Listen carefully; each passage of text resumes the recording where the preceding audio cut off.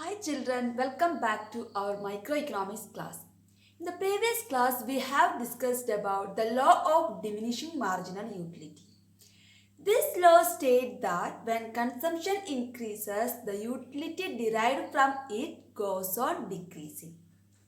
Today we are going to discuss about the consumer equilibrium.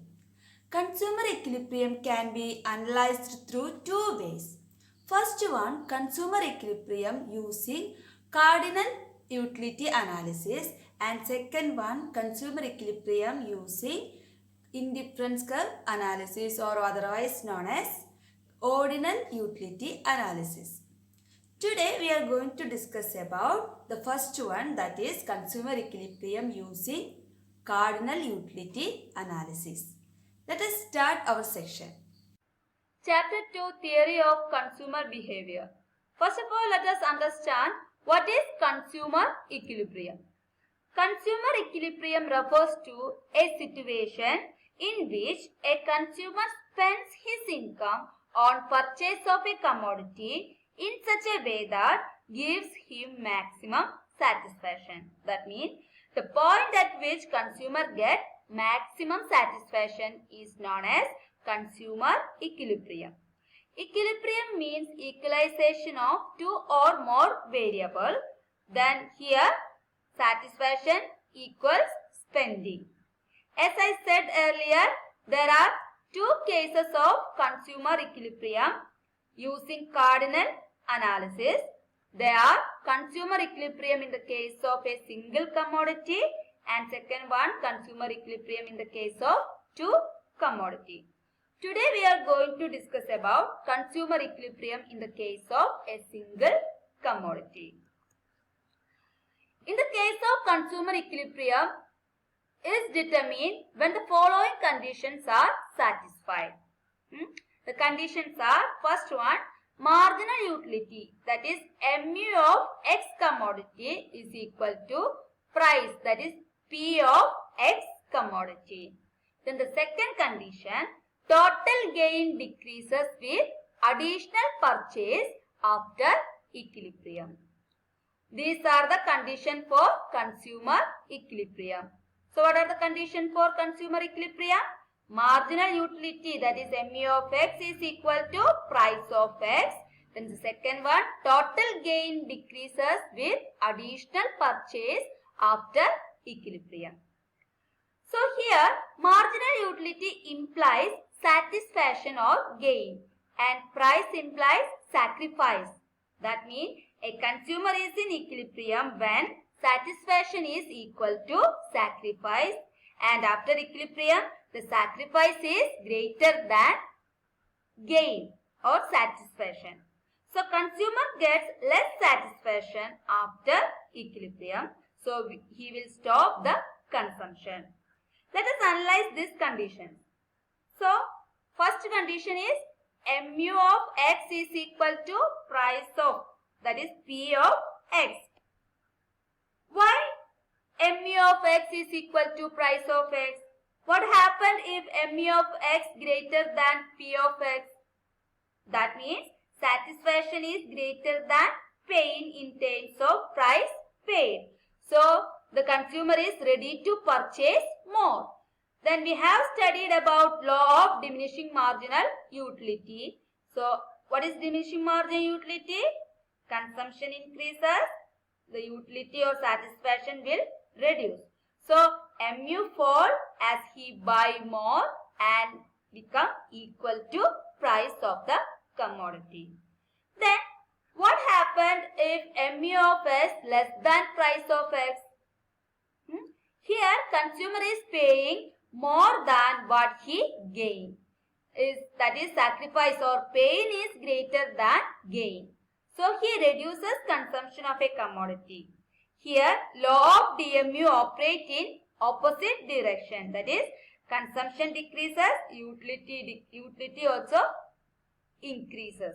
So mu begin to rise and become equal to price. So at the point mu of x is equal to price of x, he will get maximum satisfaction. And in the case of second condition, what was the second condition? total gain decreases with additional purchase after equilibrium. It is because mu is falling due to diminishing marginal utility, and after equilibrium it becomes smaller than the price. That is, satisfaction is smaller than sacrifice. Okay, these are the two conditions of consumer equilibrium in the case of a single commodity. So, let us explain consumer equilibrium with the help of a table. Before that, you have to understand about what is mu of a rupee. What is mu of a rupee?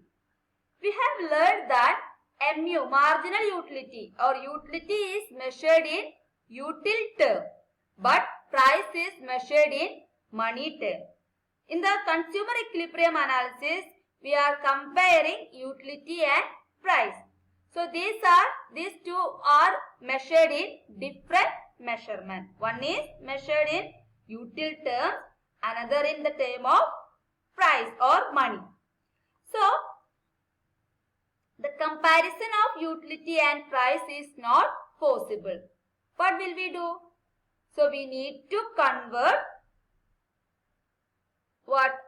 Mu in util terms into mu in money terms. For this, we are using mu of a rupee. So what is mu of a rupee? Mu of a rupee is purchasing power of a rupee in terms of utility. That is, how much satisfaction a consumer gets from spending 1 rupees. For example, if mu of a rupee is 3 utils, that means if the consumer spends 1 rupee on a commodity, he will get 3 utils of satisfaction or 3 utils of utility. So if you want to get 12 utils of satisfaction, how much he want to spend? That can be calculated by using the formula of mu in rupee term is equal to mu in utils terms divided by mu of a rupee. So in the example, how can we calculate mu of a rupee of 12? That is, mu in util term is 12, that is divided by mu of a rupee.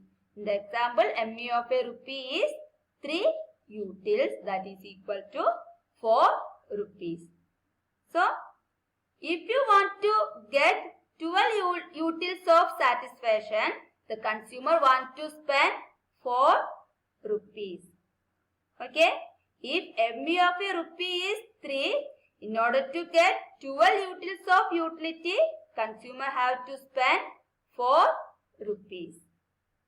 I hope you understood. Then, let us explain the consumer equilibrium with the help of a schedule. So, here the following table is based on 3 assumptions. First one, mu falls as law of diminishing marginal utility operates.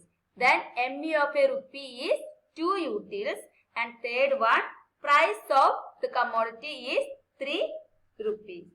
So, the first column contains the unit consumed and second one contains mu in util terms. So, due to diminishing marginal utility, mu is decreasing. Okay. Then, the third column contains mu in money terms. So, how can we derive the third column? It is derived from the second column. So, second column contains mu in util terms. So, we have to convert this mu in util terms into mu in money term by using the formula which we studied earlier. That is, mu in util terms, that is 10 as divided by mu of a rupee. In the assumption, mu of a rupee is 2 utils. So, 10 by 2 is equal to 5. So, mu in util terms, that is 10, can be converted into mu in money terms. So, If mu of a rupee is 2, mu of 10, mu of 10 util in money term is 5. Okay. Then 8 is 4, 6 is 3, 4 is 2 and on. Then the fourth column contains price. Here price is stable because we are taking only single product. So in the first level of consumption, what happened? Money, mu in money term is 5 and price is 3. So that is satisfaction is greater than price. In second column also the satisfaction is greater than price. And in the third consumption level, mu in money term is equal to price of a commodity. So here the first condition is satisfied. Then after equilibrium what happened? After equilibrium the total gain is decreases. Okay, here after equilibrium, here we are considering third level of consumption is equilibrium level. Then after equilibrium level, what happened? Mu in money term is less than price. So, consumer equilibrium is determined at third unit of the commodity. It implies that the consumer should buy 3 units of the commodity, as at this level mu in rupee is equal to price on X. In other words, satisfaction, that is mu of X received from 3 unit of commodity is equal to sacrifice, that is price of X. So it can be also explained with the help of a diagram. Here y-axis represent mu and price and x-axis represent unit consumed. Due to the law of diminishing marginal utility, mu curve is downward sloping curve. This decreasing, that's why mu is downward sloping curve, and price is horizontal straight line because we are taking a single commodity. So price is stable, so it is horizontal straight line. Then consumer equilibrium is determined at the point E. As here mu of a commodity is equal to price of the commodity, that is 3. Third level of consumption. Okay students, I hope you understood this. So today we have discussed about consumer equilibrium. What is consumer equilibrium? It is a point at which consumer gets maximum satisfaction. And the consumer equilibrium in the case of single commodity, the condition for consumer equilibrium are mu of X is equal to price of X, and after equilibrium mu, the satisfaction decreases with additional purchase. I hope you understood this. In the next microeconomics class, we will discuss about consumer equilibrium in the case of two commodity. So children, as usual, watch the URL, attend the test paper and download your notes, and see you children. Bye.